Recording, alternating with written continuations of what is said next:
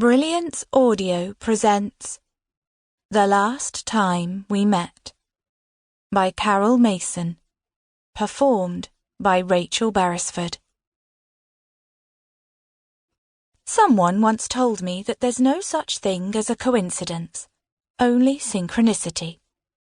That like-minded people often travel down similar paths that can converge unexpectedly. That's why you'll bump into the mother of your daughter's school friend in the wine shop at 6 o'clock on a Friday, or your old art history professor while touring the Louvre. But sometimes chance encounters don't seem to result from any kindred purpose. And you'll see someone from your past in a place that is so unlikely for either of you to ever be in that you can't quite explain it. You can't even read into it. Because very often, life, just like who we end up loving, is a random thing. In my case, I just get off a bus at the wrong stop. I haven't really been paying attention to where we are, given that we've seemed to spend 90% of the journey in the snail's trail of London traffic on this Saturday afternoon. What is far more fascinating than anything outside the window is my left earlobe reflected in the glass, and the fiery little diamond twinkling away with each slight movement of my head. I happen to glance at Mike sitting in the seat facing me. He is grinning in affectionate despair.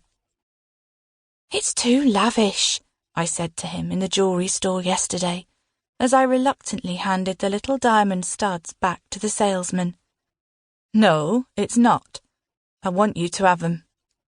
Mike cocked me a glance that said he was quite enjoying being the big man footing the bill for an expensive anniversary present, just this once. "Try them on again," he said. "We can't. They're too grand." "We're taking them." He pulled out his credit card. Mike had known I'd wanted little diamond studs for a while. I'd managed to drop them into the conversation just enough times to have the hint tiptoe across his consciousness so that buying them would seem like his idea, a romantic gesture, rather than just me engineering my own gift. "But we could finish our bathroom with that money, or put it towards a new car, or Amy's education fund," I thought. Please, God, don't let me talk him out of it. "You're right," he said. "Let's put them back." He pretended to pocket his credit card again, and to try not to see how my face must have fallen. Then he smiled. £2,000, Celine. What's that work out to, over 10 years of marriage? You don't think you're worth that to me?" I rubbed my chin. Maybe I should try a bigger pair." Mike snapped his card down on the counter. "Done deal." I tripped out of there like I was Ginger Rogers. I slept in them, and, this morning, grinned all the time I was brushing my teeth. Mirrors, windows, backs of spoons have all become irresistible. "Come on," he says now. "We're getting off." He pulls me up from the seat, spoiling my love-in with my own earlobes. "But I thought we were staying on until Knightsbridge." "We're going to Harrods, because I can't go home to the north-east of England without buying my sister something that comes in a green and gold carrier bag, even if it's just a box of tea, which is probably all we can afford now.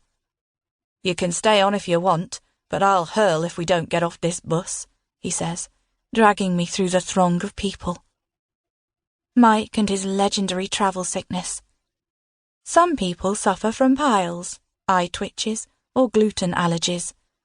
With Mike, it's an overdeveloped gag reflex whenever he's on anything that gathers speed and turns corners. He jumps off before the doors close, pulling me with him, and for a moment I feel like I'm flying, but not in a good way.